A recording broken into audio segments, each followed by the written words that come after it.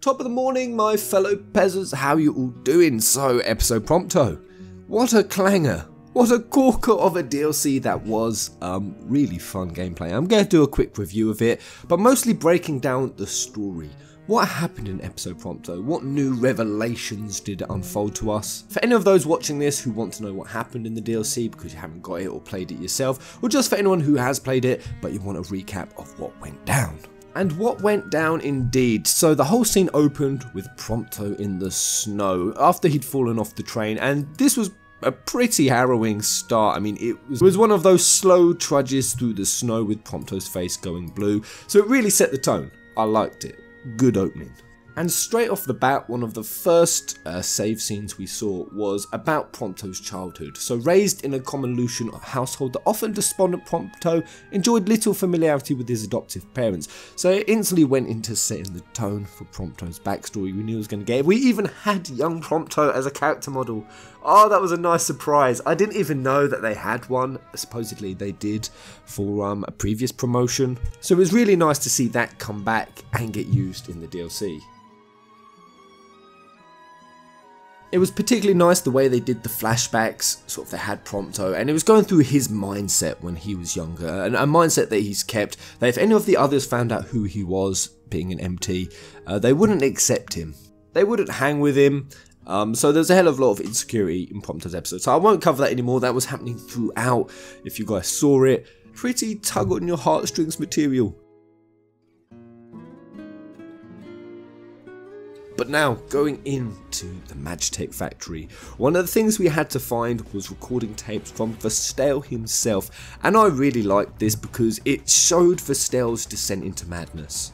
And not even just Verstael's, but the entire empires, because there were messages from Ravers, there were messages from Idolus, and it got into the logic of why they were attacking, why they were doing what they were doing, and it offered like this relatable side to the entire story. Great example of that is the first time Verstael wanted to use MTs as humans, or other way around, humans as MTs, and his logic was they're dying, these people have the scourge anyway, why not offer them a chance to become something better, to serve their empire as a soldier rather than just die, as research material, to try to save an empire that is poverty ridden, that is dying. And that was the other side that they kind of revealed, a real close similarity and parallel to Type 0. I see why Tabata was doing this and where he got his influence from, and it was kind of a nice addition because there were parts of the tapes where I'd be like, yeah, you know, I understand that. That makes sense. And then a few tapes later it'd be, whoa, no, you skipped ahead of me, you've gone down the insanity hole. Now, of course, while this was happening, there was also gameplay. And I'm going to talk briefly about it. I sucked at the gameplay. I truly did. But boy, was it fun. I had fun regardless. Pretty decent, the variety of moves. I really think the bosses could have been harder though.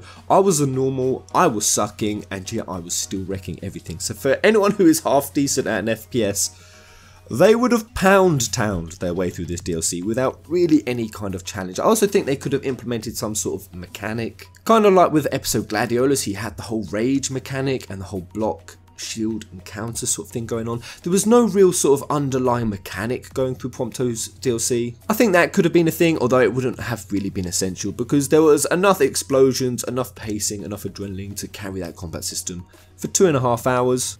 But as Prompto is uncovering these tapes from Verstael, he's also learning about himself. So this was the part I always wondered, how much did Prompto know? And it seems like he didn't know much, which makes sense. He escaped the factory when he was 1, so he had no memory of it. So as this is all happening, he's learning about himself. There were some pretty harrowing details coming out of it. Things like every single MT has the same face of Prompto. Oh, I mean, they're genetically cloned from Verstael's genes, so every single one looks like a young Verstael. So to think every MT is just a Prompto in disguise, that was juicy. That was juicy-licious. This was a weird one that I kind of wondered why they placed this in there, because there was one particular note that was out of place, and it was from somebody who was going to work for Verstael. Like, it was from a scientist going to work for Verstael's lab. They talk about what a legend he was, how much of an idol he was, how much he looked up to him, and how much they were going to look to try to better the world. Now, I say he, it could have been a female writing this. I think that's who broke Prompto out. I kind of think that's why they added that in there, to show that someone with a conscience and a heart had gone to work for Verstael, and that could have been who decided to break out a 1-year-old baby. But then the DLC continued and we learned pretty much as we could possibly want to know about the MTs, the step-by-step stage of how they got to the stage they were at. So first they started on demons, then at one point they were even starting on animals, which turned out to be the barbarous we were fighting. Then when that wasn't working they had to do it on humans, but then there was this whole issue with their ego and the personality, and this escalates and escalates until it gets to the point where Verstael is creating something called Immortalis, aka Godslayer, and it's literally as it sounds, to try to kill the other astrals. Verstael is literally hell-bent on killing the others, so after he killed Shiva, his Magitek, the losses were so great so they wanted to find a more effective way to kill gods. Be that Bahamut, be that Titan, be that Rama. And you know, are these all really Verstael's motivations? Because the interesting thing with this DLC is we also always have Ardyn. Just Ardyn lurking in the background. And I'm convinced my theory is right, that he is trying to fulfill the Genesis painting. And to do that he has to put all 4 characters through their tribulations. I said why he was the one who caused Gladiolus to go on his. Of course we know he put Noctis through his paces, and in episode Prompto everything Ardyn was doing was so intentional up until the last point. I even think killing Immortalis, who Verstael ended uploading himself to. So it's kind of like this Immortalis big giant serpent fight with Verstael's fight. It was an adrenaline rush fight for sure. Is it Ardyn who's setting all of this up? Because right at the very end, possibly the most chilling moment, Ardyn kneels down and he just busts out a victory tune.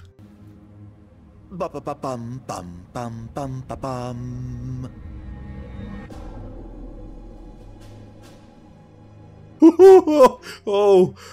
Every single DLC just furthers my appreciation of Ardyn. That's more or less like the base of the DLC. I know there was things thrown in there about Plasmodia and some more scientific stuff for the MCs, but that was the general premise, the general theme. Now going into some more of the juicier theory type stuff. While Ardyn is mentally torturing Prompto, which I believe he is very much doing on purpose. Things like when the scene where Noctis comes in, he has to stand up against him, and things like when Prompto imagines himself in a suit of Magitek. Throughout all of these kind of illusions, a character reappeared. A character we know and yet don't know much about was Pryna.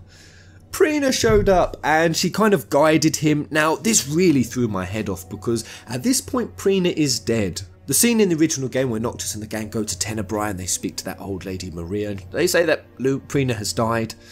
That's already happened, so I was really confused how Pryna showed up in this. No, was she not really dead? You know, after all, the only way we heard about Pryna dying was supposedly Maria got a call from Ravus, and Ravus was the one who said she was dead. So it was a really suspect report, so I kind of thought, oh god, did Pryna never die? But then the other side to me thinks it's just another illusion, because while we do see Pryna, it's all kind of just in this illusionary realm. But I've come up with a cool little theory that perhaps that is what Pryna's power is, because after all, in the Omen trailer, which was all a dream, it was all an illusion. Pryna guided Noctis there, so perhaps Pryna is a special kind of messenger, who even when she's supposedly dead, maybe she's some sort of spirit walker, and that's her purpose in the story. Kind of like act as a guide in the realm of conscience. This could perhaps be a special messenger ability that Shiva's messengers have, because Luna did this exact same thing. Luna has this same ability. She appeared after she was dead, to appear to Noctis in his darkest hour, and if I put these two scenes next to each other, they are so like for like. The blue petals that are falling from the sky, I think that's what the blue petals symbolise. Either an interaction between the living and the dead, perhaps it's something specific to Gentiana and sort of Shiva's messengers, because I kind of feel like they're all one group. Or perhaps it's a more Pryna and Luna specific thing, because I'm really beginning to buy into the idea that Pryna and Luna were spirit linked. They kind of teased it in the Omen trailer, the way that Luna was a reflection of Pryna. And then again, when Maria told us that Pryna died at the same time as Luna, perhaps they were spirit linked. If so, that's what makes episode Prompto so chock full, just packed full of symbolism, especially because Pryna, of course, and Prompto, they have a history together when they were young, and Prompto looked after in episode 2. So for that specific dog to come back and then to also deliver the same letter that young Luna sent to young Prompto, to always watch over Noctis, which would then set him on the path to even meeting Noctis and the gang. Oh man, it was just packed full of symbolism. So that's my first theory, that Pryna is a spirit walker. My second is that Aranea is a sexy badass and I love her. I absolutely love this character. She was so feisty and on it and sassy, but no, there was again those little hints of empathy and her own determination to defeat the Niflheim Empire. I mean, before even just in the original game. Aranea was being voted 4th and 5th of the top FF females in the entire franchise. Now, I know that's crazy because of the stage time that she had, but that's what people were voting for. And there were a lot of people who couldn't understand it, but just seeing more of Aranea in this DLC. She is a dope character. She got feisty as hell. That scene where she kind of kicked Prompto to the floor, grabbed him up by the damn face and told him to get his shit together.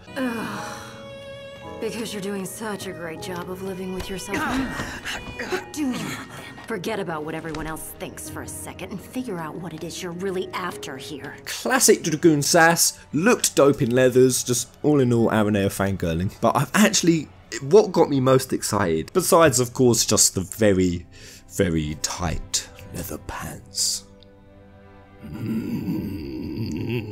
It was the pendant she was wearing. Oh guys, when I saw that I lost my schniz. Now the reason for that is I did a theory.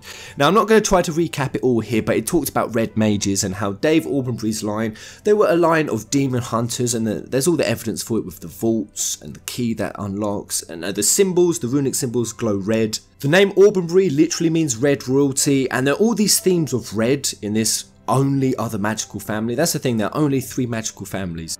The Florets, Calums and the Aubrey's, and I said how they've been going for a theme like Noctis' family was black magic, Luna's, the Florets, was white magic, and that the Aubrey's, because of all these hints of red, for example even when you see the radio that said that Dave's been ruling Lestalem for 10 years. He's literally been the leader and the people have flocked to him.